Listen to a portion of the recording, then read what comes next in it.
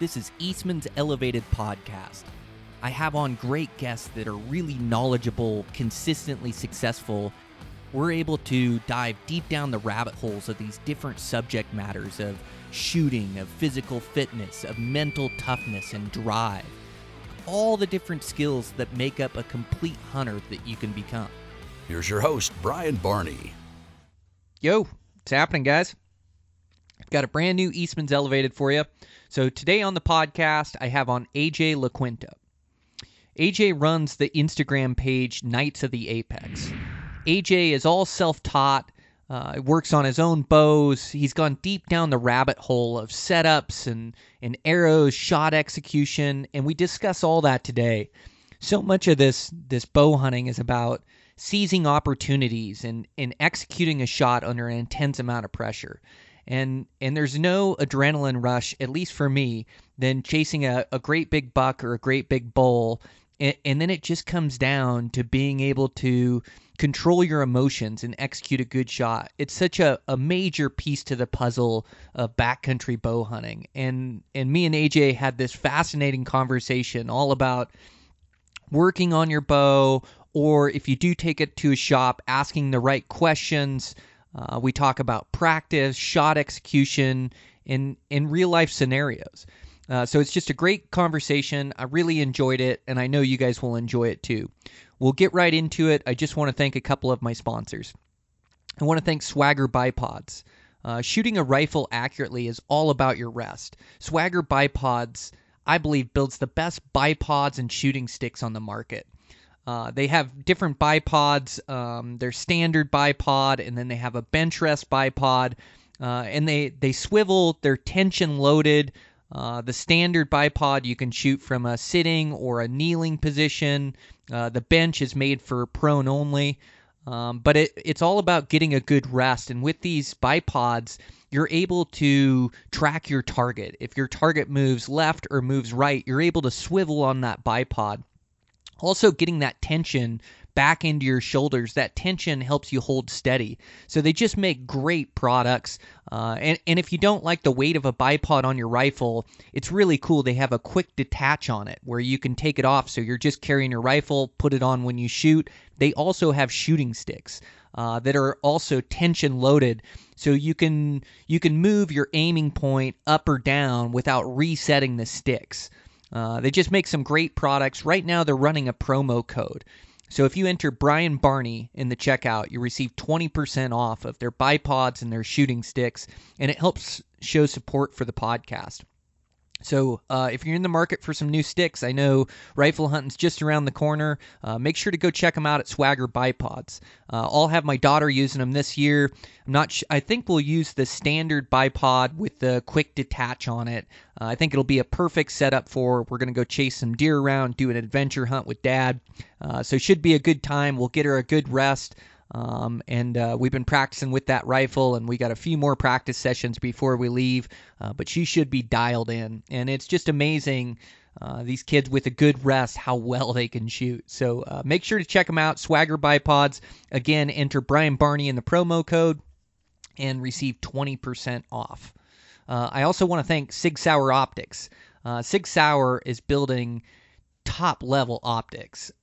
They offer them at a great price point, and I'm so impressed with the clarity, the color, the crispness of these binoculars and rangefinders. So right now, I'm using their new spotting scope, which is an Oscar 8, a 27 by 55 by 80 mil objective lens.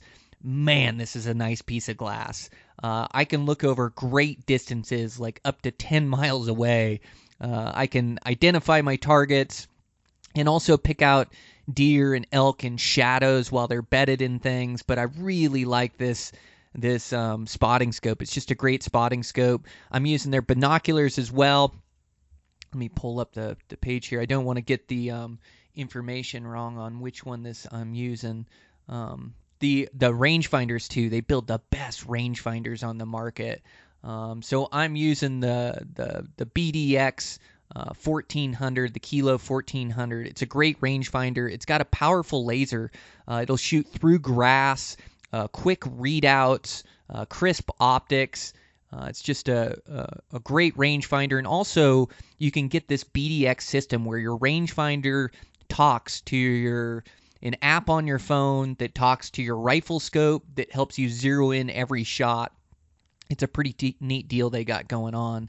And then those binoculars that I'm using, they're the Zulu 9s.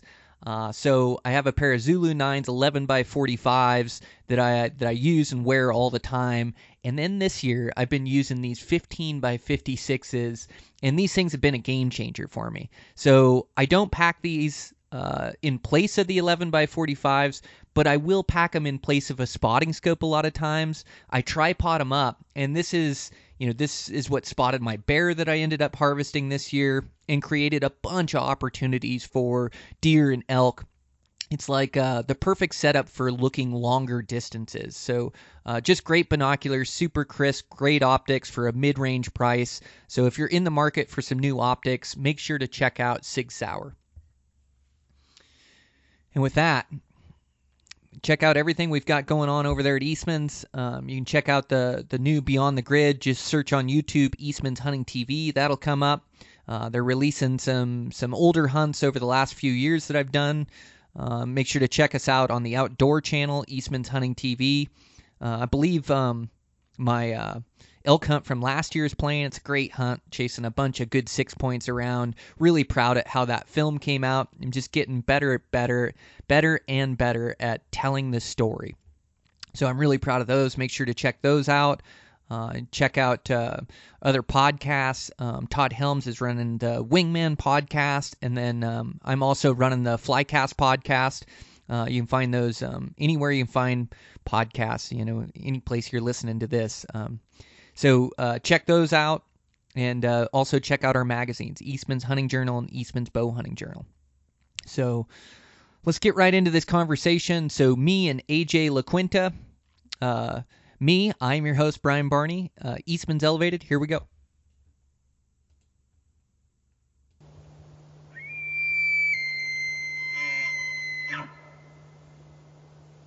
Yep. But thanks for having me on, man. I usually listen to you on my way home from work. So talking to you is it's an honor to be on. Oh, dude, awesome. Yeah, thanks for reaching out. Yeah, I thought you'd be the perfect guest. So tell me a little bit about yourself, AJ, like how you got into hunting and Western hunting, and then Knights of the Apex, anything I can promote for you or whatever. Give me a little background just so I know a little bit going into it. Yeah, for sure. So, I started the page after, listening to guys like you. I saw you had the Lampers on the other week, Dudley, Levi, like all those guys that are killers. And like you guys are out there busting your butt, like scouting, hunting, doing stuff throughout the year, right? I'm kind of the other end of that spectrum, right? I get to hunt, like hard hunt, maybe like 1-2 weeks a year. And it's usually whitetail, Eastern whitetail. My family's from up in New York. They're big hunters. That's where I got started. And I got into bow hunting after college. I'm 30 now, but I got into my dad was a big bow hunter. His friends were all bow hunters. And, I know you're in construction. That's how I grew up too. And, he always taught me, like, you take care of your gear and you work on your own stuff and you take responsibility for it. And you can't control what's going to happen on the job site. But, if your gear's squared away, that's one less thing to worry about, right? And I just started taking that approach to my bow hunting because I was tired of going into, you only get so much time to hunt, and it could be totally thrown off if, you're relying on somebody else to do the work on your bow and your gear and equipment for you. So I got tired of wasting money on stuff that wasn't working and being reliant on other people. So I started the page to just kind of share that journey and just get other people kind of amped up to work on their own equipment and try different things. And it's kind of the photography aspect of it kind of took on a life of its own. I got real into that, and now it's become a little bit more about just showcasing different companies and gear that kind of add value to people's hunts, and the community aspect of it's been great because people jump in on the comments like, oh, that works for me, like try this that way. And it's been really good for people to just like feed off of each other and their different experiences. And that's the cool thing with bow hunting, right? We all go into the woods just with whatever experiences we have and just try to apply them to the same ends, but we all go about it a little different. Man, yeah. Well said. Good on you. Gosh, that's really cool. You just like you've dove into the bow and the inner workings and taught yourself how to work on them, which isn't easy, you know. And I'm sure like just gathering information from Yeah. different Yeah, and sources and it's things, and then like the main part is just get twisting on that bow. Just start figuring out like how it works. Like dive deeper into the black magic and figure out what does what controls what, and how to control that accuracy with a bow. It's so smart, AJ. Yeah, exactly. And just, talking to, and that's kind of the approach. Like a lot of guys, it seems like try and pretend like, they're some massive killer and stuff. And, like I go out, we go out hog hunting and stuff down here all the time. And so we're putting stuff through its paces, but not like you guys out west. But at the same time, it's just, learning your tool inside and out. And there's so many guys, especially here on the East Coast, that they're the type of guys where like their bow's dialed from the shop and they don't want anyone to even look at it. They're afraid of something getting screwed up. So it's just it's been great getting to kind of talk to those guys and just more people are starting to take responsibility for their own arrow builds, their own bow builds, their the different clothing systems. That's another thing that gets overlooked so much, right? Like I know you guys know everything about that, but just the layering systems and things like merino wool was unheard of years ago on the East Coast. It's just whatever Bass Pro Shop kind of had in stock, right? But it's been a really cool journey getting to team up with different companies and everybody just feeding off one another. It's been really rewarding for sure. Man, way cool. Well, yeah, I think that's like a great jumping off point. I should have just hit record in the beginning. That was a good intro to yourself and what you're about. But yeah, I think that's what we focus on the podcast is just the inner workings of setting up those bows and not being so intimidated by them. Some things you've learned along the way, and then I love, I've when you've been doing it for so long, you kind of forget the beginning steps, and so you've got like a Mm-hmm. fresh perspective on it. Like you say, the layering systems and clothing and gear you're gonna need to dial all that in and to help guys dial all that in. That's a huge help. So man, that's awesome. And so where can guys find you? YouTube page, Instagram. Yeah, so Instagram's definitely where I'm most active. Knights of the Apex, Knights with a K, and then the YouTube channel is kind of just becoming a little bit of like an encyclopedia for those frequently asked questions. I'll do a video on stuff that I tend to get a lot of comments and DMs asking about. But yeah, Brian, what you said is exactly kind of the niche that I'm trying to hit. There's a lot that gets lost from those guys at the apex. You guys that are out like killing and crushing it all the time. I think it's easy to forget. You guys have forgotten more than most people will probably ever know about hunting, right?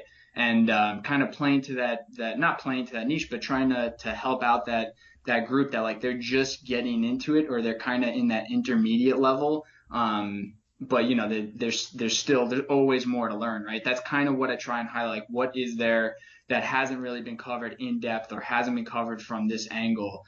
That's really what I try to get to. Yeah, what a great niche and so useful for guys.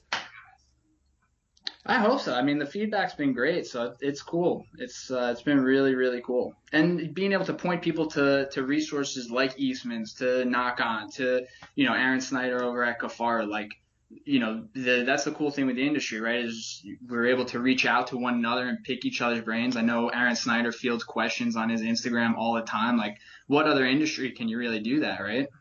Yeah, and I really think like the tide rises all ships. Like the better all of us do, the better you Absolutely. do. Like it's just the more attention to bow hunting, and to Western hunting. So yeah, I think it's great.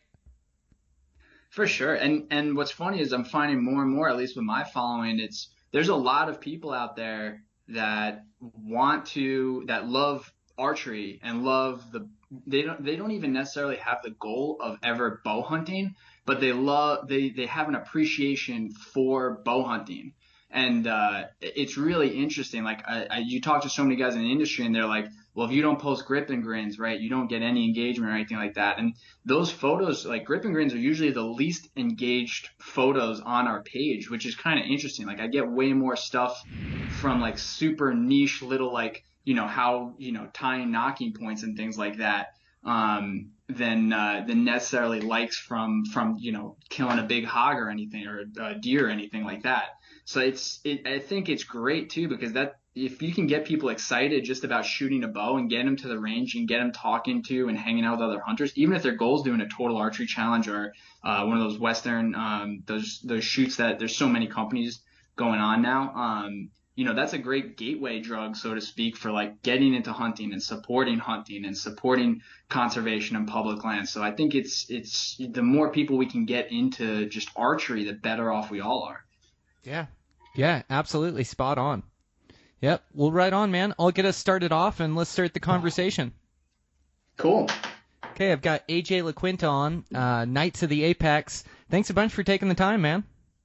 Yeah, Brian, thanks for having me on, man. Honored to be on here. Yeah, so, gosh, we started chatting before the podcast, but you gave such a good intro to your Instagram page, your YouTube, and kind of what you're all about.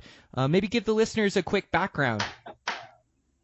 Absolutely, yeah. So I grew up bow hunting in Catskills, or grew up hunting in the Catskills of upstate New York, family of hunters. And, when I got into bow hunting, I just found myself getting frustrated, just being reliant on other people. And at the time, we kind of forget nowadays, but not too long ago, like 4 or 5 years ago, there weren't a ton of resources out there for learning things like proper shooting form or really like proper gear reviews or equipment setup, things like that, until really like Dudley kind of came on the scene and started doing it. But so, I was raised in a blue collar family, worked construction, and I was always taught, you take care of your equipment, because you can't always control what's going to go on the job site, right? But that's one variable you can control and you should have squared away. So I just applied that to my bow hunting and just, invested in the equipment to work on my own bow, my own arrows, build all that up, and just started sharing that on social media. And it's developed a little bit of a following now, and it's been great because you get to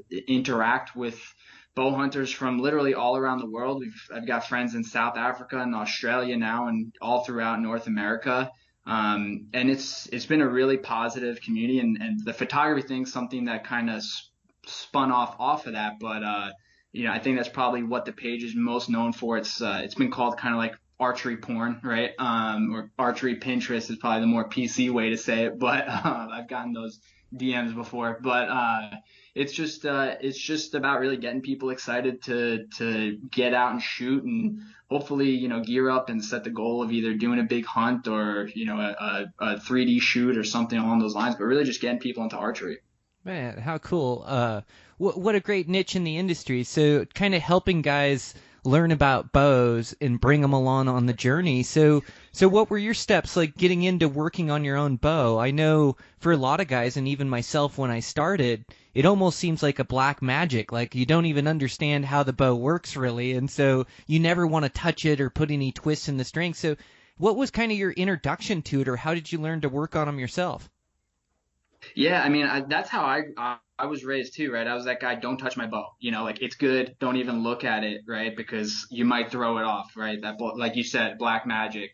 And it really just started small, right? You'd see a couple of videos and I was like, you know what, let me start working on my own arrows. I've always been a tinkerer and a gearhead, and I grew up playing sports. I would always string my own lacrosse sticks, and I'd string all the whole team sticks, right? So I just started doing that for bow hunting. I started just with arrows, right? And then at the time I was starting to get into it, Dudley was starting some of his content. Some of the other guys in the industry were starting to put stuff. YouTube was just starting to kind of come into sort of the mainstream of the hunting world, and guys were starting to put videos out. And what you learn really quick is you can go down endless rabbit holes, and everybody does things a little differently. And that applies to whether you're talking arrows, bow setups, clothing systems. Depending on what your goal is and your skill level, there's a lot of different tweaks to it. So it's been a lot of guess and check on my end and just trying different things. So I try to share that through the page and through the YouTube channel, and just kind of explain like, hey, I started doing this, then I moved to this, and this is why I like this, but it might not work for you. And also this is my skill level. So if you're a better shot or a worse shot than me, you might want to look at doing this. It might not matter to you. Everything in this sport's a balance. So it's a give and take with whatever equipment that you're working with. But it was really just getting hands on. Trying stuff, taking that dive, because you could waste money having somebody else do stuff. And I'm by no means anti bow shop. They're the watering hole. They're the foundation of the industry. I think they're absolutely phenomenal, but they're not all equal, right? And not everybody has access to them. But a bow press and a draw board and a Bitzenberger jig or whatever jig you want to use, you're talking a couple $100, but they'll last you your entire life. And it's just such a rewarding experience when you're able to work on your own stuff or friend stuff, and then take them out into the field.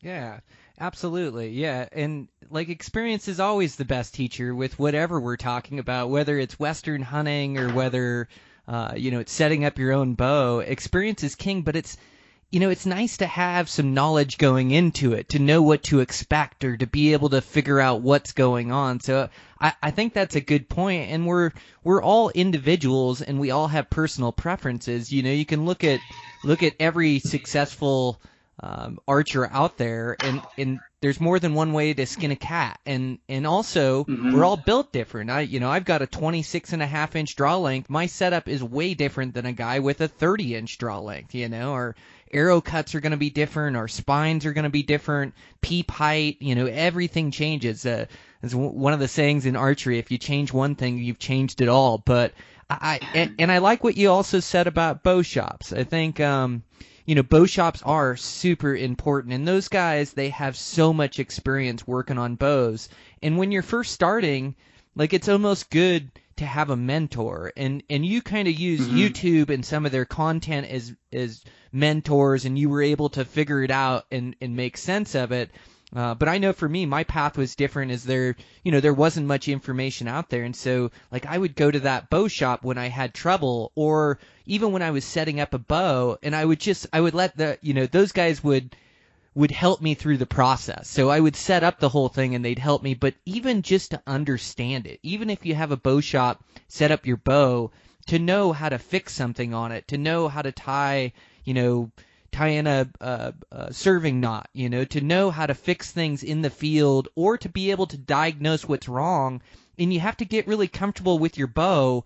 If my bow's shooting left, I move my sights left. I can always move them back right, but I'm not afraid to move things on my bow, because a bow, a bow is always moving. And so, like, as the strings get hot and cold, as the strings get damp and then dry out, like, things can change with the bow. So I always trust where the bow's shooting, more so than trust that my bow's on and it's something that I'm doing. But it's all just a process you have to dive into, right?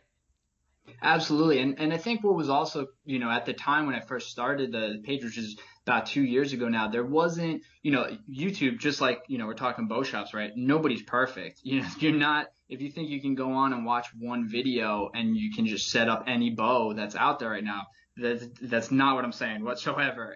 There's, there, especially a couple years ago, there wasn't a ton of transparency on there, right? Like, everybody was very opinionated about, what brands they liked or what, what they shot and why they shot it. And there wasn't a lot of room for, like, hey, also technology's come a long way, even in a couple of years, right? So every flagship bow is phenomenal now. And it's really about, like, what brings out the most potential and feels most makes you feel most confident as a hunter, or as a shooter or target archer or whatever it is.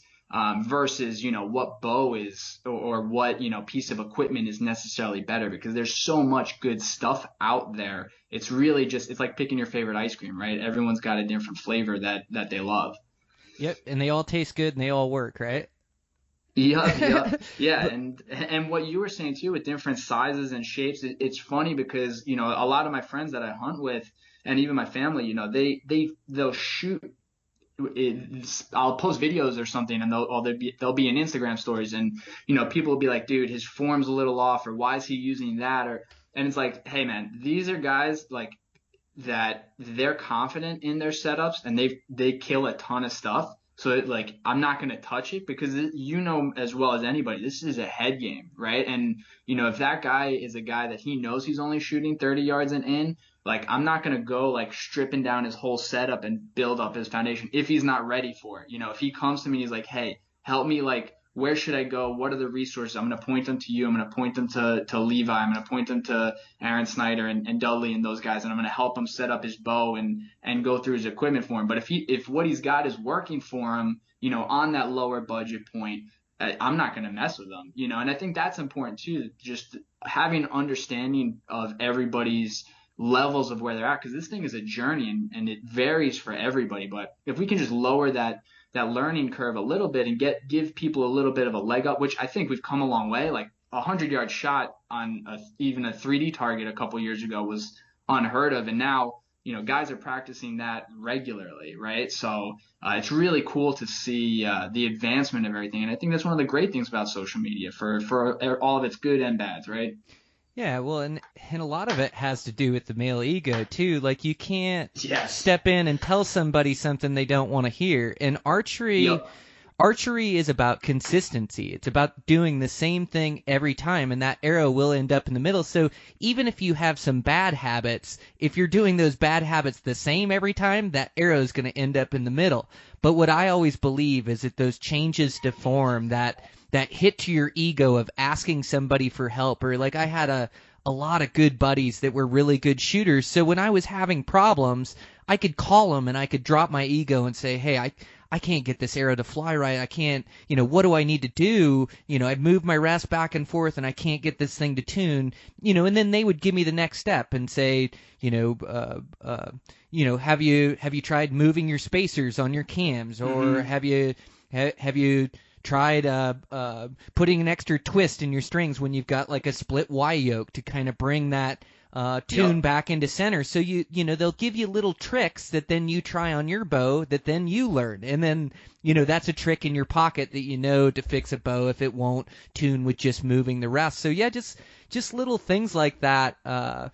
Picking up those little tricks from guys that you trust. And nowadays, like with social media, you can reach out to some pretty knowledgeable guys to get information. But yeah, I think those changes to form, I always tell everybody, you're going to get a little bit worse before you get better, because you're so comfortable in what you're doing right now that this feels right. It feels comfortable. Anything else feels awkward. And so when you try it, your shooting in your groups goes downhill and kind of gets bigger. And so you think, well, I'm not shooting as good. I should go back to the way I was doing it.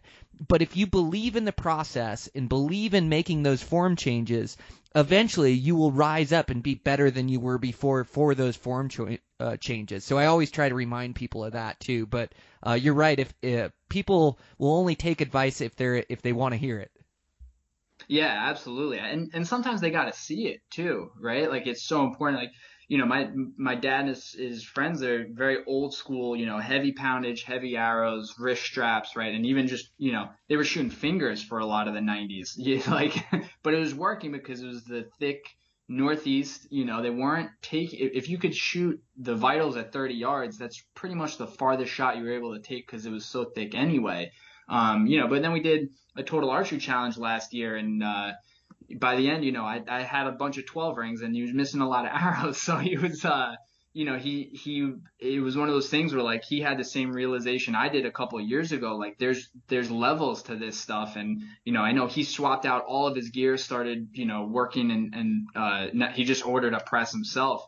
And he's shooting more consistently than he ever has. And he's a good hunter. He's a great hunter to begin with. So now he's got that extra confidence of, being able to know his gear, and if also knowing those thresholds adds to the confidence, right? Like back not too long ago, if you saw a little serving separation or maybe like a little fray in your D loop, that might get in your head if you don't know your system well enough. But if you've worked on your bow and you've shot it enough and you're living and sleeping with that thing, right? The tolerances of it and what you can get away with, so to speak, right? And that, like, okay, this isn't going to actually impact my shots at, hunting distances, or maybe it will, depending on your skill level, right? And what you said, being able to admit to your own ego, like, what do you need to improve and what do you need to do better? It's so important, because you can't learn if you're not open to it. Yeah, that's it.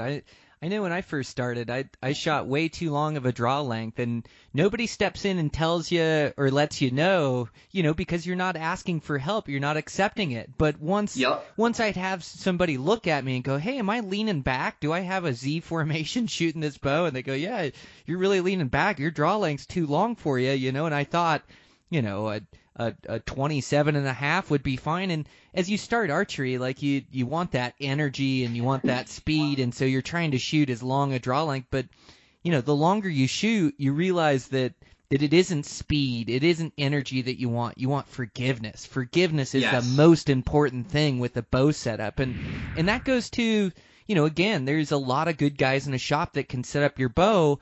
But remember, too, that they can't spend 8 hours on your bow. They're going to spend an Yes. hour tuning it to the best of their abilities. And a lot of these guys, a grip is so important on a bow. Grip is your connection to the bow. Grip is what decides, if that bow is going to, it's really where you can torque that bow left or right and really affect the shots. And so a lot of guys go into the shop and they start shooting with their grip, and their grip isn't good, and so the bow won't tune. And so then the bow tech will grab the bow and goes, "Here, well, I'll tune it for you." And he tunes it for his grip, which is a pretty good grip. Mm-hmm.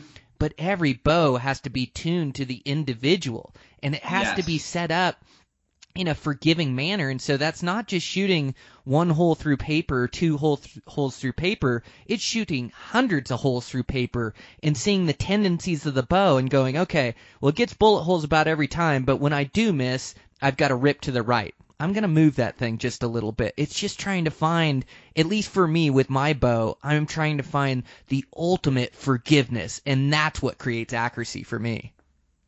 Yes, I'm so happy you touched on grip, because I think that it's the most overlooked thing, I would say, at least in terms of like what I get DMs and like when I see people in the range and things like that. Because a lot of guys, like, I shoot a neutral grip, meaning, I set my bows up so my arrow is firing down the center of the riser, right? And I know you shoot the Matthews. When I was shooting the Matthews too, it was the same thing. I would set up my nocking point so it was directly in between the two cams, and then I would set my rest height off of that. That way I'm getting the most forgiveness and the most efficiency out of those cross-centric cams, because Matthews designed those bows so the arrow shoots through the middle, right?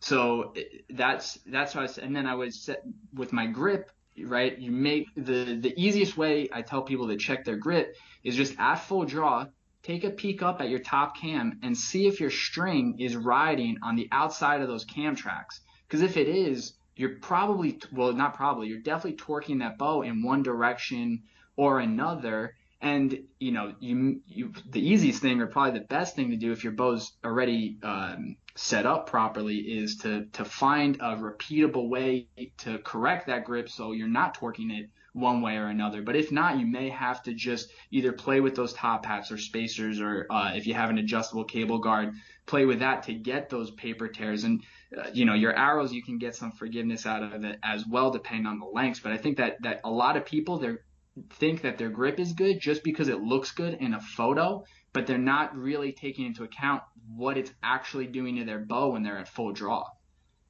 Yeah, that's a good point for sure. Yeah, one, like you say again, we're all just built different with different palms and different hands, and like one guy's neutral grip may not be another guy's neutral grip, But yeah, the biggest thing is to relax your front hand, to relax those front fingers, let that bow just fall in between your lifeline in there, and you don't want to have any pressure from the finger side of your hand or the thumb side of your hand. Either pressure from either one of those sides on the grip will then torque that bow.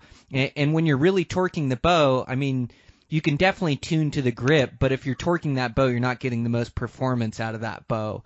And Absolutely. And two, not all these bows are similar coming off factories. So, like you can get the very same bow, and one will tune far outside and one will tune far inside. And part of that forgiving setup too is not just moving that rest until that that arrow fires and you get a bullet hole through paper, you also want it to go through the center shot of the bow. So like you're saying, Yep. 13/16 or 3/4 of an inch, within tolerances away from the riser. That way that arrow is right in that power path of the string, and so, some of these bows that I set up, I mean, I've had them tune inside, I've had them tune outside. And so, yeah, I mean, like on a Hoyt, you can yoke tune where you can put more twists in one of the cable to bring the yoke over, to bring the tune over, or just like you stated, like moving the top hats, which is the spacer on the cams. So that way you can get that tune to be right in the middle and then find that forgiving tune on that bow. And I think that's the best way to set up your bow. And two, like if you have the wrong arrow spine, your bow's never going to tune right. You got to have the right arrows that are matched to your bow, which, there's a lot of different charts out there, and Archer's Advantage, and then just toying around with your cuts a little bit on your arrows. But that spine, those arrows matching your bow is so important too to good arrow flight. Yeah, and when people ask like where to get started, I always tell them arrows, because it's, as far as like a cost-effective perspective, right? It's kind of the cheapest gateway into working on your own setup, right? Like a Bitzenberger jig, or what most of the jigs are running anywhere from like 40 to $100, but they last, right? So, and you can have a drastic impact on your groups just by playing with different arrow setups. And Brian, I was going to ask you what your opinion was. I always because we're talking forgiveness, and I tend to err on the side of, especially with modern compound bows, over-spined arrows tend to tune, especially with most guys shooting mechanicals, tend to tune and just be a bit more forgiving than, or a lot more forgiving than underspine. So I tend to tell people to, if they don't have, that time or that money to experiment with different lengths of shaft and find that perfect spine, to kind of err towards the overspine side of the chart. I was wondering what your take was on that. Oh, that's a really good tip, AJ. I hadn't thought of that. Like I know that arrows that are heavily spined like that definitely do tune better. So you're absolutely right. So yeah, if you're not sure exactly how to spine that arrow to the bow, or don't have extra arrows to mess around with, yeah, to have that thing over spined a little bit isn't going to hurt anything, and it's going to tune pretty good in there. And also, it's something to remember, like you're looking on charts and things, and you're shooting a 70-pound bow, but a lot of these 70-pound bows, when they're set up, are pulling 73 pounds. And, like you have to keep that in mind when you're looking at arrow charts. Also, point weight makes a difference. And so taking all those things into account and finding a forgiving arrow. But, yeah, I think that's a great point to definitely overspine, not underspine. On the chart, even to step it up, one step isn't going to hurt anything. That arrow is going to tune great. Yeah, that's at least with the arrows that I've worked with, and I shoot mostly, I shoot Eastmans, and yeah, that's what I've found as well. And same thing, right? You're talking forgiveness and things like that. And when you start working with fixed blades, it gets a little bit more finicky depending on the setups, because you have to deal with planing and whatnot. But those overspined arrows, with more guys getting into and experimenting with more point weight, which personally I'm not like a huge fan of, just because it doesn't really serve me much purposes, the way I hunt and where I hunt. But, if you are one of those guys looking to mess around with more point weight, you're definitely going to get more forgiveness if you're overspined, versus if you're underspined, you're basically throwing a noodle downrange. So that's what I found anyway.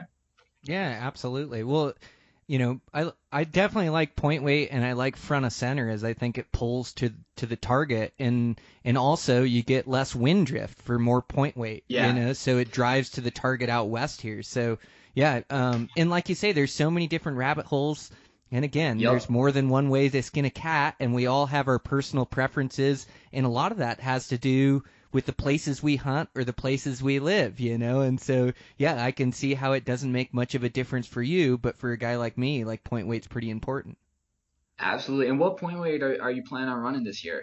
I shoot a 125, but a lot of times I'll shoot gold tip, where I can add 20 grains to the back of the insert, so I can add point weight that way. And a lot of these arrows nowadays, too, is you have some different options as far as outserts or inserts that you can shoot, an aluminum or you can shoot a steel, that weighs 75 grains. So there's just some messing around you can do there. Now, I shoot a pretty short arrow. Like, I always believe, an inch past the rest, half inch past the rest, I shoot as short an arrow as I can, because that short arrow will get less wind drift, because there's less surface area to blow sideways. And so, like, I'm always shooting a half inch to an inch past my rest, right in there with my arrows. And so my arrows end up being about 25 inches long or so. So when I put that 125 on the front, I've got about 14 to 15% front of center. So I've got a high front of center without having to mess around with a 150 or a 175.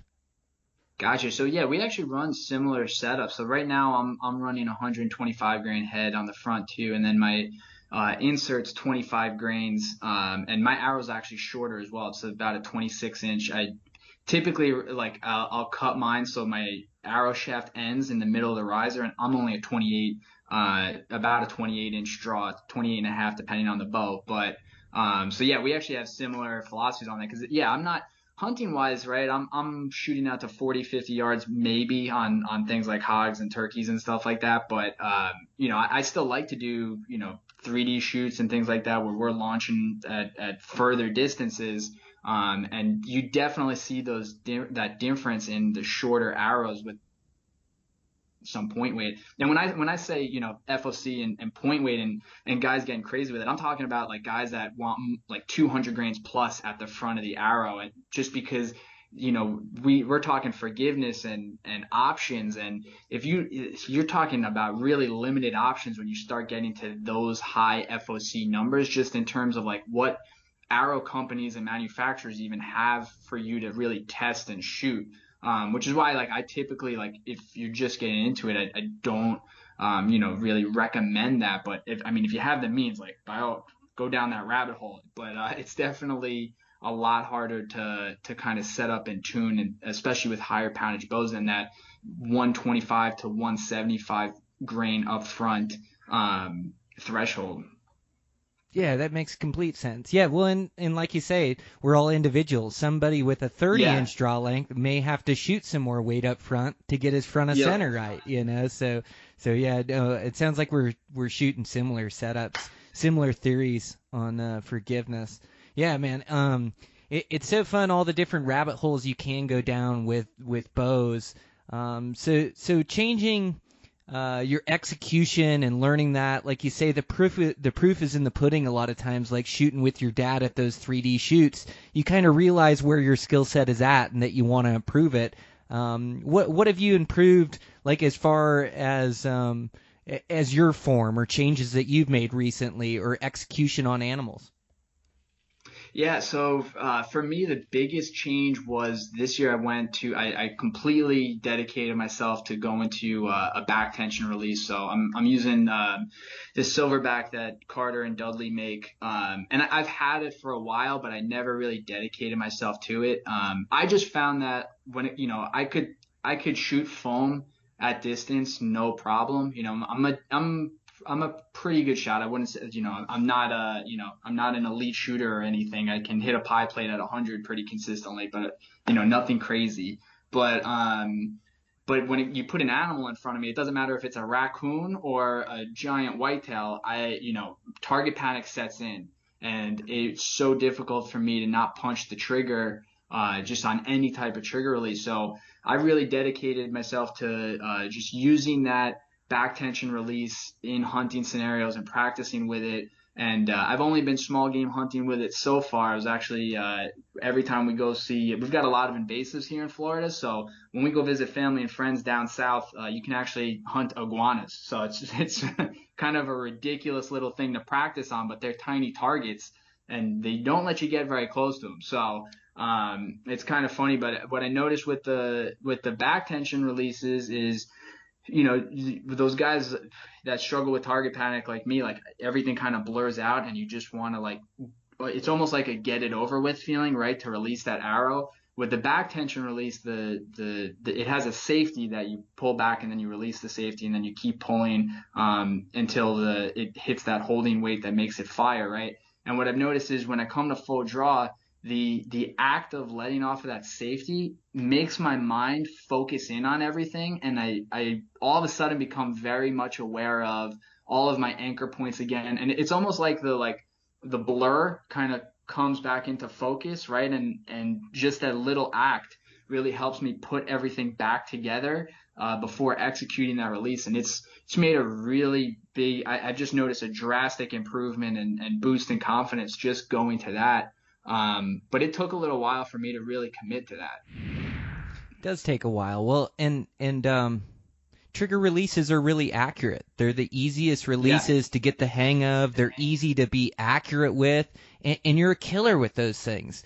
But it seems like it hits all of us the same. That brain starts to anticipate that shot and starts to anticipate that pin, on the bullseye or in the middle of an animal. And once you start to anticipate that shot, your brain doesn't want to allow that pin to go there, so your aiming falls apart, and so all of a sudden you can't hold your pin on the middle of the bullseye and execute a shot. And it doesn't happen when we first start shooting. It happens with building bad habits, and if we would have just shot a trigger release the right way from the very start, like a back tension style on it, I think we would have been fine. But it seems to get the majority of guys, I would say 80 to 90% of hunters eventually have to deal with some form of target panic, and some guys can fight their way through it. But it was the same for me. Is my pin would always hang at 6 o'clock, and I'd have to fight it up. It'd always hang low, and I just told myself if I could hold where I wanted this arrow to go, I'd be one of the best shooters out there. And that's how I found back tension shooting and being able to hold on the middle. And so I'd say that's the biggest thing with it, is it just allows your brain to allow you to aim. And you said you were fine on targets, but on animals you'd want to make it go. So the minute you'd get your pin on the animal and you'd go now and you'd make it go, and that's just not an accurate way to execute a shot, and so you had to make changes to your game. And same to me. It was like, I did fine shooting a trigger, but if I wanted to get better and really improve on my archery and my shooting, I had to commit to that process, and you have to believe in it wholeheartedly and then go through it, never cheating the release, always making sure you're making that good shot. But I'd say it's the biggest thing is now, when I draw back and there's an animal sitting there, my pin goes right to the middle of the vitals and then floats there, and for me, it's just taking those couple extra seconds, and my pin will be floating on the animal. And if I just execute that shot correctly, my aiming will start to slow down and center in the middle, and then that shot breaks like it's supposed to, It's such a powerful tool when you learn it, and then you're able to control it and control that shot process and put that pin where you want it. It just makes you so deadly in the woods. So, yeah, good on you taking the journey and really committing to it this season. I think you'll, it's definitely a learning curve and takes some time to really get comfortable with. But again, those form changes are tough, but make you better than you ever were before. Absolutely. I mean, there's levels to this, right? There's always another rung on that ladder to go up. And, luckily for me, I had kind of the opposite issue where I would float my pins in the center mass, which on a whitetail, unless the thing is completely relaxed at 15 yards, it's going to duck a little bit and you're going to hit them high. And, there's a lot of animals on my trail cameras right now missing tufts of hair on their back. So I made that decision, like instead of trying to push through with the trigger, like let's just go give it all it's got on the tension style release. And, at the end of the season, I can always go back to a trigger release. But, so far I'm really excited to hunt this year with it. And, yeah, but other than that, I've been messing with some different stabilizer setups, which have just gotten ridiculous. I think I've gone through more stabilizers than there are out there at this point. But that's actually another thing that I think a lot of people kind of overlook is, if you add that front bar and that side bar in different weight, it can actually impact sometimes your paper tuning, but even the torque of your riser and how you hold. And I've had a lot of fun just messing with that during this whole COVID thing, just shooting in my backyard with different setups. And I've got a buddy in South Africa from Quattro Archery. They make carbon stabilizers and wood stabilizers, and it's been great working with those guys, and it's just been something fun, and you can immediately see the change in your point of aim, point of impact just by adding an ounce here or taking off an ounce there. So that's been a lot of fun too. Yeah, that's something that's a good rabbit hole to deep dive into. It makes such a difference on your bow, on your hold, and then also the reaction of your bow after the shot. Yeah. And you can really help eliminate a lot of left and right hits and low or high hits. And that's the other thing too that I really like about like a back tension style of shooting, and whether that's a hinge or a thumb and a back tension or a true back tension style is you get way more consistent. You get rid of the flyers. All of a sudden, yes. You don't have good and bad days. They just all kind of blend together, your hunting skill. And same with your groups. You just don't get many out of your groups. And the other thing that I've found too is that your brain can deal with the pressure better under high pressure situations. The guy that commits to his shot like that usually comes out on top. It's just a real consistent way to shoot. But yeah, I think it's so smart to mess with that and then mess with those stabilizers. The problem with stabilizers is the longer and the more weight, the better that bow's going to shoot. So eventually you have to find a line of diminishing returns.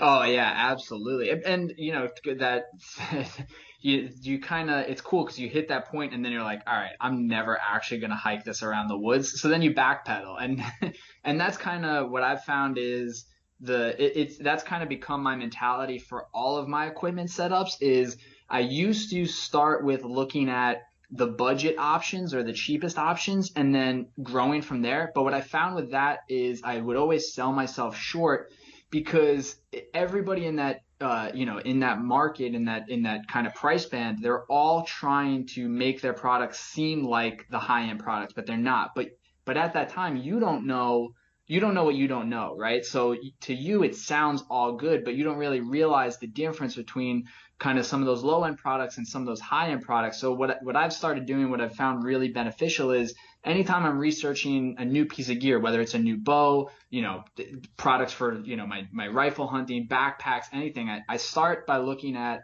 the super high end models and then figure out, okay, well, what features do I actually need and what do I not need? And then scale back from there to a price point that, is within my range. And that way I'm actually getting the most out of the products versus I've wasted a lot of money on, a lot of equipment and a lot of gear that just, ends up going to my little cousins, or whoever else needs it, just because it didn't perform how it was advertised. Man, yeah, that's buy once right and cry once. It's like Yeah. when you have to buy multiple times and then upgrade and step up, it seems like you end up spending more in the end. Yeah, that's a good point. I've had this archery gear that I've used for so long, and so like I haven't really gone down that rabbit hole and got gear that I'm not satisfied with or that doesn't work. And sure, I try things, that I end up going away from or having personal preferences towards other things. But I think that's a good point, researching gear, that you got to be careful to not go too inexpensive, because you do get what you pay for. But in that same breath, sometimes you're paying for a name as well, where there's Yes. equally as good a gear out there.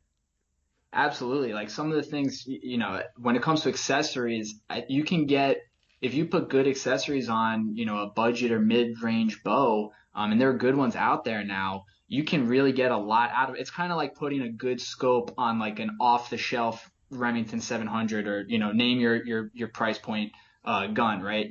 That tool, that weapon is probably more accurate than you are, and you're able to get the most out of it. One, assuming your form and everything is correct, right? But if you put good accessories on there, sights and stabilizers and rests don't really change that much year to year. They'll last you multiple seasons. And you're going to, most people want to change out their bows every couple of years anyway. But how many guys are out there still shooting the same sights that they had almost a decade ago? So yeah, it's definitely worth it. And clothes too. That's a big thing that I started investing in. I think it might have been your podcast with Barklow. that kind of got me rethinking how I was doing my layering systems, and I switched from synthetic to wool base layers, and it made such a big difference. Because so I live in Florida most of the year, but I hunt up in the Northeast and the Midwest. So I catch a chill real quick. But I noticed the last year changing up those clothing systems, investing in some high end base layers. It just, my comfort level was so much more, and you can wear them more because they don't wear out as much as some of the cheaper stuff that I was buying, and having to replace at the end of the season anyway. Yeah, that's smart. Like those clothing systems and layering systems, they matter and make a difference. They just keep you comfortable in the woods and in the mountains, and especially like some of these backpack hunts where your life depends on your safety. Like you're out there going for it, and you're going to have to ride out storms and adverse weather conditions and cold and things, and so you're really reliant upon those clothes. And I know same thing in the Midwest, dude. I've never been so cold as sitting in a tree stand totally still. Like that is brutal, you know. At least out west I get to move and use some of my body warmth, but sitting in those stands absolutely still like that, man, I had everything on I own just to keep warm out there. So it's so important, especially when you're doing those all day sits or like out here out west. Having the right clothing, I mean, it could really be life or death, and it really could in the mountains.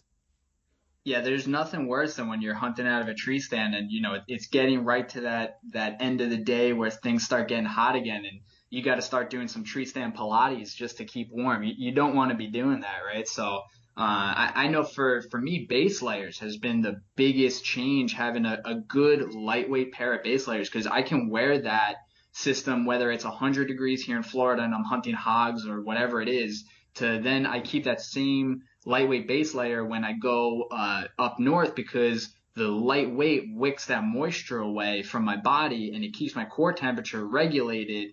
So you get the most bang for your buck if you just invest in that. And it's not cheap, but it's so worth it because it just makes your hunting so much more comfortable. And if you're comfortable, you're going to be more effective. Absolutely. So those base layers made a huge difference from you, like not going you got away from like cheap base layers or inexpensive base layers or synthetics, and now the wool, you're getting a lot of benefit out of it, mostly for cold weather. Yeah, really for both. Like, I use I've got a mixture of a couple of different brands, but just because I like to try different stuff. But plus, it's so hot that like you sweat right through it. So I'll go through 2 shirts in a day sometimes, depending on what we're doing. But like that core lightweight hoodie from Sitka is great because I can wear that. It's got the hood, it's got the face mask, so it keeps me out of the sun when it's super, super hot. But then also I can wear that early season, usually through to November, because there's still leaves on the trees for the most part. And then, as it gets colder, I can just layer on top of that. But it wicks away. And that's more of like the synthetic piece, but they're lightweight crew tops too. And there are other companies that have good ones as well. But having those lightweight crew, the merino is nice because even if it gets wet, I've noticed it still keeps you warm versus some of the synthetics. And also the merino is nice because it doesn't smell. Like even when it's super hot down here, I smell, but if I take my shirt off, my shirt's not retaining any of that odor. It's just a great quality. I've become a really big fan of that merino. Yeah, it's an amazing product, isn't it? Yeah, just like what you said, using that core lightweight hoodie or the merino as a base layer, it keeps you cool in the summertime. They breathe, and a lot of sunstroke, isn't just about the temperature. It's also about sun exposure. And so a lot of people see me covered up in the sun. I'll cover up my hands and my face and have a hood on and things, but it's to limit that sun exposure. That sun is just brutal. Even where I live at 6,000 feet, but some of these hunts at 13,000 feet, that sun is intense. If you had the backs of your hands out glassing for one day, you'll fry the backs of your hands, And so covering up in that stuff, but then having it breathable, the air moves through it and cools that sweat. It's how us humans were designed. Like one of our biggest advantages in hunting is being able to sweat through our skin and cool ourselves down. And so, yeah, during the heat, those shirts, they sure exemplify that, letting that breeze blow through there. And I always think it's crazy. I've heard these stories about our ancestors hunting, and some of the first hunters that were humans would actually use endurance to run down these animals. So on the plains of Africa, they would chase these different species, these antelope, and they just run after them all day long. And they could sweat through their skin, but the animals had to pant to cool themselves. And eventually, they would run them till they got heat stroke, and they would stand out there, and then they couldn't move. They were frozen, and then the hunters would be able to kill them with spears, all just by being able to sweat through our pores, through our skin. And so, yeah, those shirts sure help that, and I absolutely love them for hot weather hunts. Yeah, nothing will make you feel softer than hearing stories like that, right? We've got all this Gucci gear that we get to wear into the woods, and meanwhile, our ancestors were literally just chasing things down on foot. Yeah, can you imagine? Or even, even my grandfather, for that matter, hunting the Pacific Northwest in flannels and jeans and absolutely going for it. Or my dad, for that matter. Like, they just built real men back then. But, Yes. it's our advantage in the day and time we live in the information day and time. And then the gear has just improved so much, which helps us be safer and be able to push harder and not be soaking wet through the whole thing, because it gets downright dangerous when you get wet, like even in warm climates like where you're at. If you don't, in Florida, if you don't bring the right gear and some of those rainstorms come in, you can go hyperthermic pretty quick. Absolutely. And even on top of that, having something lightweight, because before that sun comes up, there's about an hour where you're just mosquito infested. So just being able to throw that light extra layer on top too makes a tremendous difference. And having that face mask, because you literally, anything exposed, it'll get bitten up. And now with COVID, having that built-in face mask, you can just wear it to the grocery store after. So it's really an all-day piece of attire now. Yeah, that's right. Multi-purpose. Yeah. Yeah. God, such a crazy time for sure. But all we can do is just keep managing as it comes and use that face mask so we can go into the grocery store. That's it. Yeah. I mean, you'll get some looks for, wearing your subalpine to the grocery store, but hey, it looks cool no matter what, right? God, that subalpine is such a great pattern for Western hunting, too. There was a handful of years where I used solid colors, and I've always said animals see movement far beyond anything else. They catch movement. That's what their eyes are keyed in on. But that subalpine, like, I think it gives me an advantage in the mountains. So I've gone away from the solid colors and used that subalpine. And yeah, I think just holding still, you can just blend in a little bit better. It just gives you a little bit of forgiveness with your camouflaging into the mountain. But I love that subalpine pattern with those browns in it. It seems to really tie in good with Western style hunting. But then even the greens in the springtime, and I've used it in Hawaii, and you just disappear in Hawaii. It's just a really good color scheme. It really is. As far as like camo patterns go, I haven't found one that's better. I mean, where we are, it's basically a tropical forest, and we disappear. Like if you're glassing, like we'll lose each other if we don't raise a hand up. It really is crazy how well that stuff performs. Just in that greens really seem to help a lot. Versus a lot of the other camo patterns out there, because we're dealing with a lot of like palm trees and things like that, and you just mesh in, you just disappear into it. It's pretty crazy, but they did a phenomenal job with that pattern. Yeah, patterns stand up.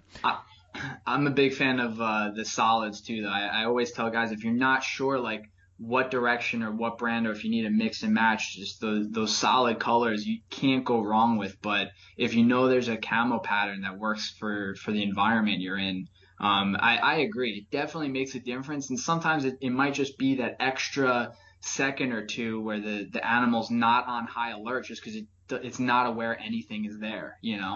Well, and I can't count how many times that animals look at me, even animals that don't Oh know I'm yeah. there. They look up in your direction. Those ungulates are constantly looking for danger. They spend their whole life looking for danger. And so as they look around, a lot of times a giant mule deer buck, he'll get out of his bed and he'll walk out and then he'll whip his head around and look right at me like he's staring at my soul. And if I just stay still and I don't move and I wait him out because I know he doesn't know I'm there, he goes back to doing what he's doing. Or even for that matter, AJ, like hunting elk, sometimes they just catch you move a little bit because you're always having to move with the herd. And so a cow might pick up some movement, and all of a sudden you see her and she whips her head over and looks at you.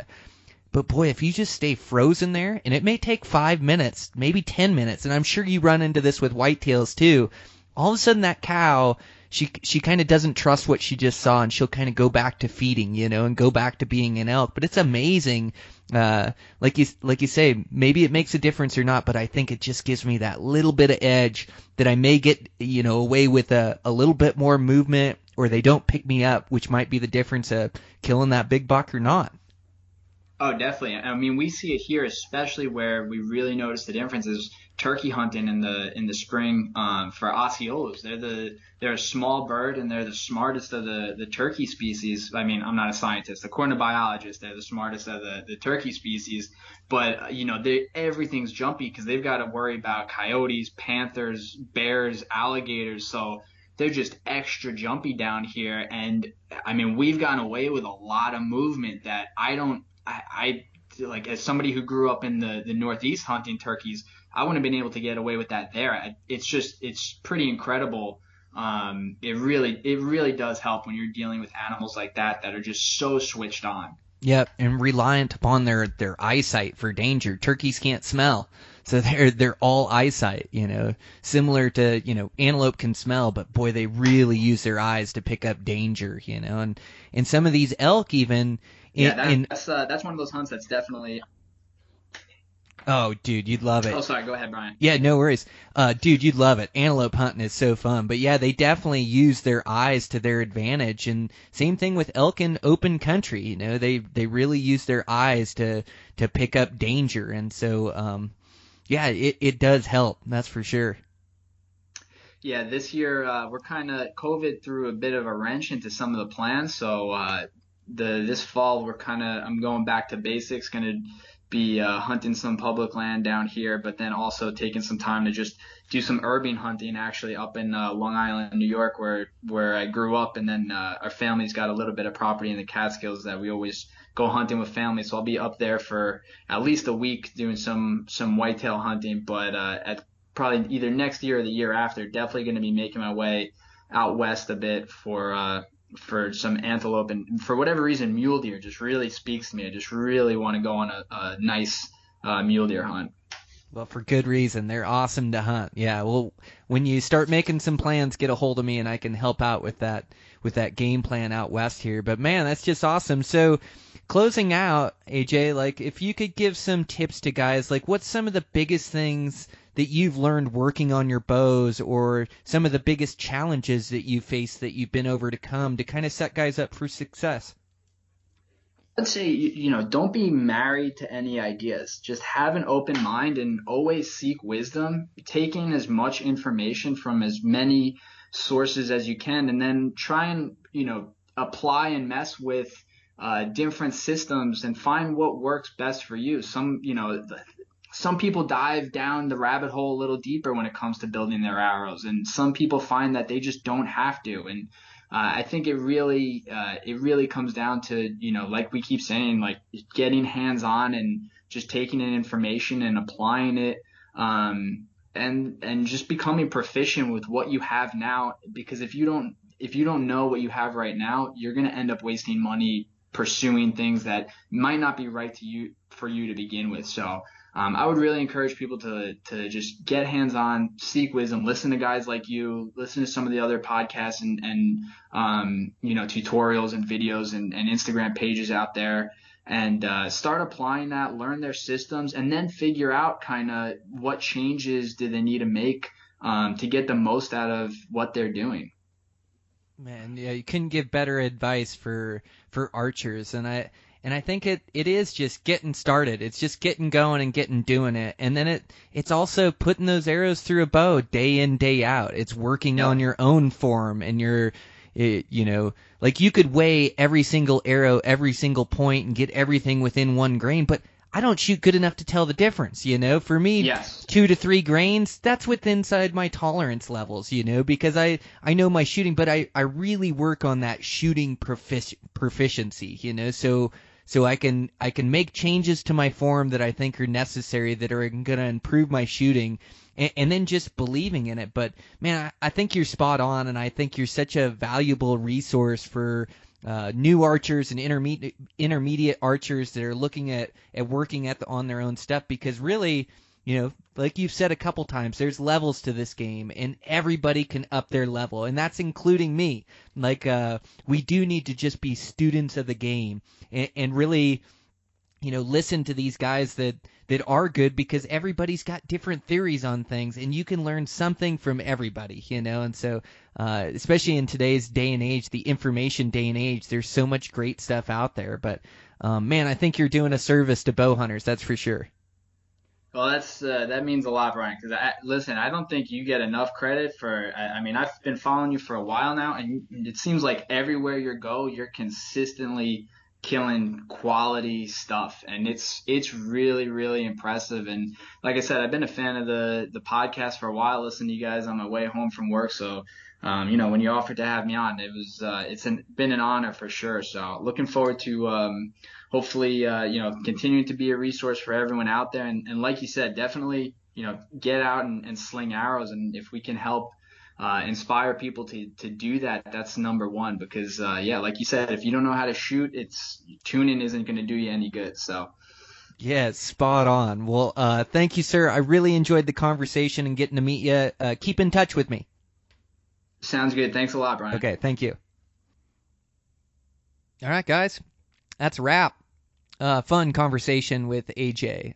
You can tell he's dedicated to his craft. He puts out a bunch of great content, and I'm really happy I got to meet him. I think that's really the key to getting better at archery is going deep down the rabbit hole of understanding your bow and how it works. And we can't all just jump in and start twisting strings on our bow. It's how I learned, and I made a mistake the other day. Let's see, what was it? So I basically I busted a string on my Y cable. So I've made mistakes, and I probably pressed 200 bows, mostly my own, but a lot of my buddies and friends and things, and worked on them. And I did it the other day. My peep, I had to retie in, so basically my string loop, and I tie serving on top of it and on bottom of it, and I leave a space so that way my nock can swivel within my string and it doesn't get stuck in one path. Basically, when I shoot extremely downhill, it won't pick my arrow off the rest. Also, when I draw back, it won't slide my arrow all the way to one side of the rest and possibly shoot to the left side or to the right side of center. So I retied that in, retied a different string loop. And my peep just had barely any rotation, so I thought, well, I'll just put a half twist in it. And, maybe it's the whole season of being hot and cold, being damp, being wet, whatever the case is. And so put a half twist in it, depressed it, went to pull it back. And my Y cable that usually sits around a part of my cam that free swivels, it must have, when I unpressed my bow, it must have caught the edge of it. And so when I pulled back my bow the first time, it swiveled off that and snapped a couple strands. So right in the middle of season, my bow is absolutely dialed. It's been shooting so well, and I bust a string. So I had to go back through. Luckily, I had a string sitting around. My buddy Phil runs pronghorn strings, and so he had built me a string a while ago. And I'm not sure if this was for this bow or from the Verdicts, but it was the same measurement for that Y cable. And so I was able to put it on there, a couple twists of the string, make sure things are in time, paper tune it again, and I'm back to shooting it. But oh my gosh, I hate making those stupid mistakes. But it can happen so quick. There's so much energy and power in these bows, and you get one string wrong, or you don't double check. And I always make sure that my string is inside my cams when I depress. But now I have to check all those Y cables. So it's another checks and balances. And, part of working on your bow is making mistakes. And it's like anything can be fixed. And, you can get through anything. But, yeah, I sure felt stupid making a mistake like that when my bow was so dialed in. But it's all good now. I got it fixed. But, yeah, I just think that's the key to being a better archer is understanding what's going on with your bow. And then also, practicing proper execution, good practice, like it all comes into play. It's all about making these high pressure shots. So anyways, fascinating conversation with AJ. And thank our sponsors, Swagger Bipods. Again, put in that promo code Brian Barney. You'll get 20% off. Being an accurate rifle shot is all about your rest, and I truly believe Swagger builds the best rests on the market. So check out them. Also check out Sig Sauer Optics. I love their binoculars. I love their spotting scope, range finders. They're just building the highest quality optics for a mid-range price, which I just think is awesome. So check those guys out. Check out everything we've got going on over there at Eastmans. And yeah, get this podcast out. I'm going to do a solo as well. Just harvested my best bull to date. Just an absolutely amazing season. Man, I'm so fortunate. I've had so much fun. And I just want to continue to share with you guys and continue to stay hungry. I've got a couple hunts left this year. I've still got an antelope tag. The rifle antelope season is open, so it's definitely going to make it a little bit more challenging with my bow. But up for the challenge and get a few days, and I'll be chasing some pronghorns around. Or just add that on top of other hunts I'm on or other locations I'm going to if I see a pronghorn put on a stock. And I've gone, ever since 2006, I've harvested one with my bow. And this would be the first year I haven't. So pressure's on to get one of those. And, if it doesn't happen, I've had the season of my dreams. It's not that big a deal. And for me anymore, like a lot of times my goal was to fill all my tags, and it's not anymore. It's to fill my tags with quality critters. And so I'll be holding out for a real good one. Even though I love antelope meat, I've got a lot of elk meat in the freezer and be sitting good for the next year. So I'm extremely fortunate. And so, yeah, I'm going to hunt those. I've got a mule deer hunt here in my home state. And then I've also got a traveling one in January. So a couple more hunts coming up, but back to work, back getting out these podcasts. Back working on my hunting stuff, and then also working on construction and things. And man, these seasons, they just give me such great reflection on my life. Man, I am just, I'm absolutely elated. All this hard work and dedication, discipline, day after day of putting in the work, hard work pays off. And it's so nice to reap the rewards and reap the benefits. And I just want to stay hungry and continue to work and push it. I think, this isn't the end for me. This is just the beginning. Use this as a stepping stone to continue to get better and continue to improve. And this just reiterates that what I believe in with my archery and what I believe in my fitness and like all this stuff is working like it's supposed to. And so, man, I'm just pumped beyond belief. Really pumped for your guys' success this season and really having a lot of fun with this podcast. So I've got some great recordings coming up, and man, I appreciate you guys. You guys are the reason why this podcast goes. So really appreciate you guys. Good hunting to you for the rest of the season. And we'll get this solo out later this week and another good podcast coming up for next week. So thanks, you guys.